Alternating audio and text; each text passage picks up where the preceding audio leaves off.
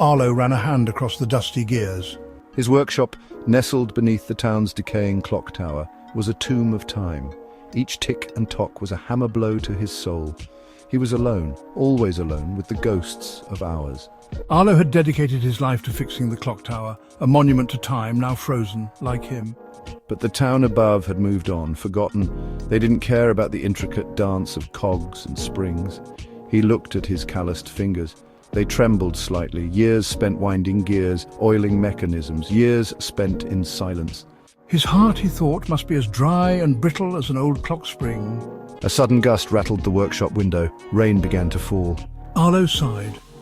Another day gone. Another page turned in the endless lonely book of his life. ELIZA wasn't from around here. She arrived with the afternoon train, a burst of sunshine in the dreary town.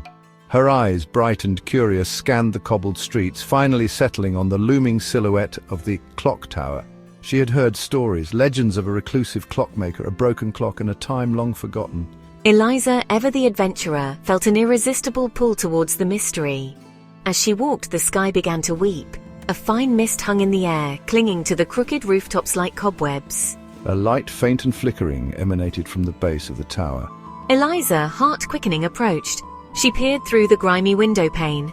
A figure hunched over a workbench, bathed in the warm glow of an oil lamp. Could this be the clockmaker? Arlo looked up, startled. A face peered through the window. Young, intruding, he frowned. He didn't need anyone, especially not some wide-eyed tourist. He gestured brusquely at the door. It creaked open, protesting the intrusion. The young woman stepped inside. Her eyes darted around, taking in the labyrinthine workshop. "You're the clockmaker?" she stated, her voice like a chime in the silence. "I'm ELIZA." Arlo grunted. He didn't offer his name. He didn't need to. Words were unnecessary. He returned to his work, tightening a spring with a precision born of solitude.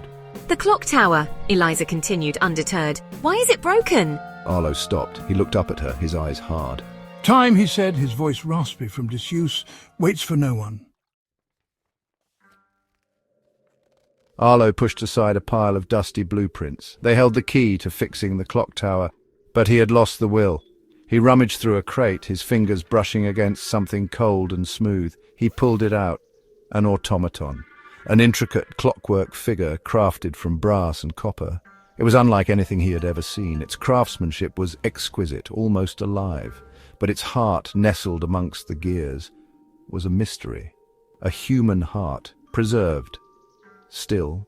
Arlo felt a tremor run through him. He had never worked with anything like this. He spent days cleaning the automaton, examining its intricate mechanisms. As he worked, he felt a strange connection to the silent figure.